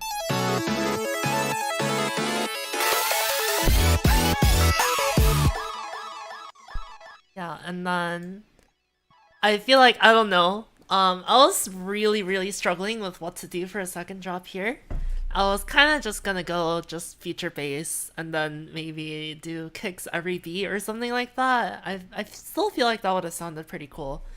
But I went with sort of like a Aika-esque vocal chop here, where it just like repeats the same notes, but like kind of in a, I don't know. It sounds like Aika to me, but I love it so much.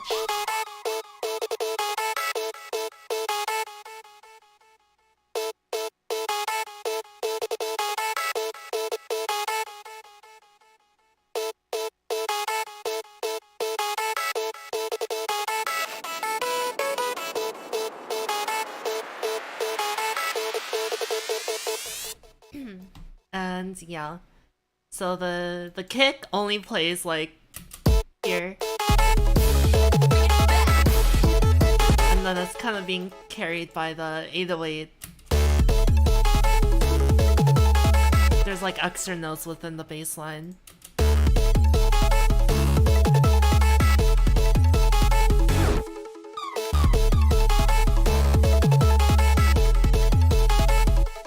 And what is it here? Oh yeah, so when the kicks come back in, this like the 8-bit pluck that I used in the first half comes back in, and then the little pizzicato. I don't. Okay, there's like a lot going on here, so yeah. So pluck comes in, and then it's the or not pluck. 8-bit lead comes in, and then it's the pizzicato.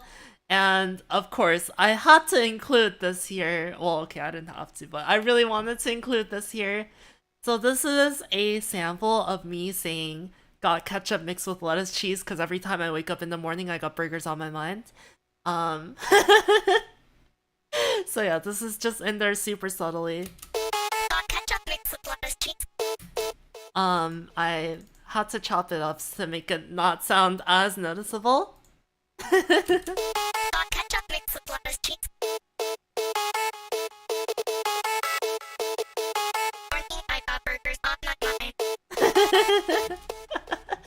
So yeah, there's that happening in there. So now got ketchup mixed with lettuce cheese because every time I wake up in the morning, I got burgers on my mind is now in League of Legends lore, and that is officially canon now.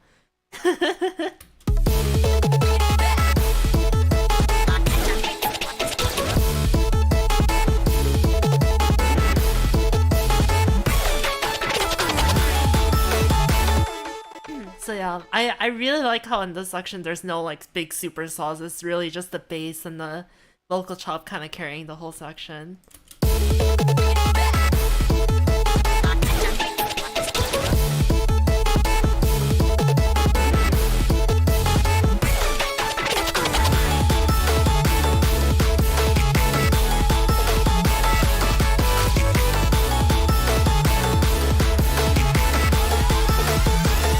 I also okay, I need to point this out.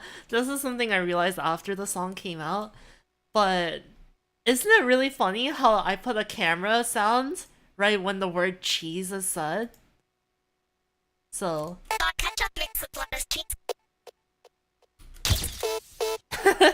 so you know how it's like say cheese when you take a picture. I don't know, I just thought that was funny. Okay, anyways.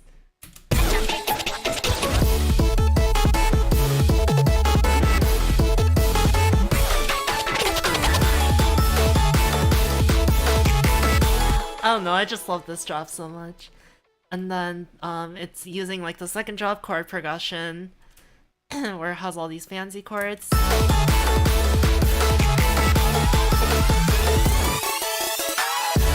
Oh, almost forgot to mention Kiloheart's tape stop.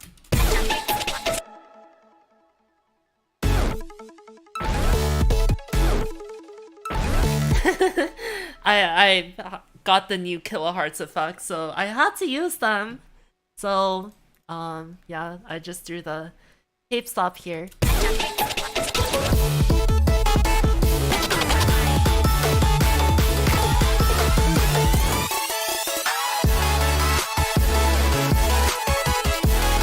And just like a little lead-in for the... Haha, lead-in, I guess. Lead-in for the lead. And this part's literally just copy-paste.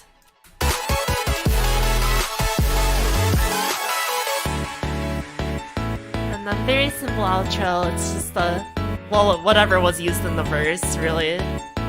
With just no drums. And that's Perfume, I guess. I think I went over everything. If you have any questions, feel free to let me know now. Or if there's anything you want me to like go over in specific, like how I made any of these sounds. Because I believe everything here is made from scratch. You sure are punny today, yeah, I know, right? I was feeling like a menace when I wrote this song. How do you lock automations? Just hold shift and click this thingy. So these will stay solo. You can also do it with any channel, really.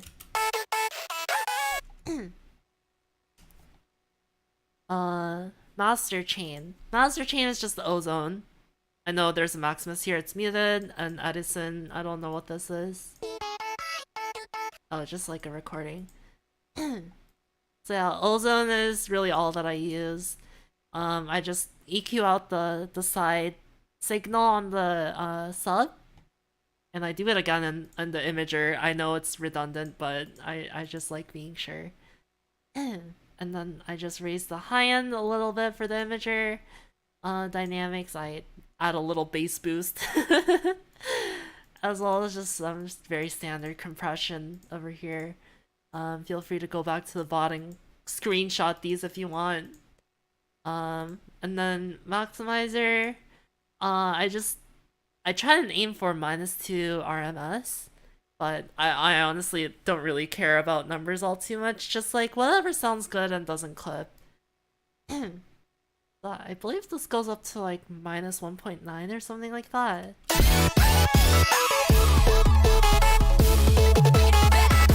1.7.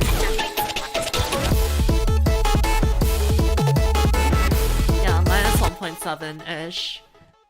So yeah, just aiming for like that -2 range. If you can go higher, then go higher though. So yeah, that's my master chain. It's very simple.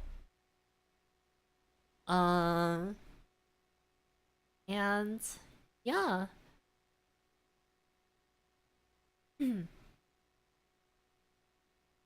Yeah, I guess that's it. Alrighty. Can't unhear that ketchup lettuce cheese. I know, right? Once you know what's there, then like you can hear what it sounds like. But I can bet you that the Riot team does not know what that sound like, what I'm saying there, or if it's even like a sample of me. I can't tell if that was someone knocking on my door or if that was the ice machine. But yeah, it seems like Nila has fish tacos prepared for me, which sounds really good right now. So yeah, I guess that's about it. Hopefully you enjoyed the little behind the scenes look of these two tracks. I definitely had a lot of fun making these, if you couldn't tell already. So yeah, I'm very glad I got to gush over these tracks with y'all and just like share how embarrassing my love is for emo cosign. And yeah, I will see you all tomorrow, same time. So starting tomorrow, I'm gonna be doing like a 3-day series where I write a full EP, 3 tracks or more, on stream. I have no idea what is going to come out of that, but we'll see how it goes. Yeah, originally I was planning on doing it for the entire month of July, but with the move and all, I couldn't make it happen, unfortunately. So hopefully I can do something cool for like maybe my actual anniversary year, or like month, like 1-year anniversary, so that'll be in January of next year.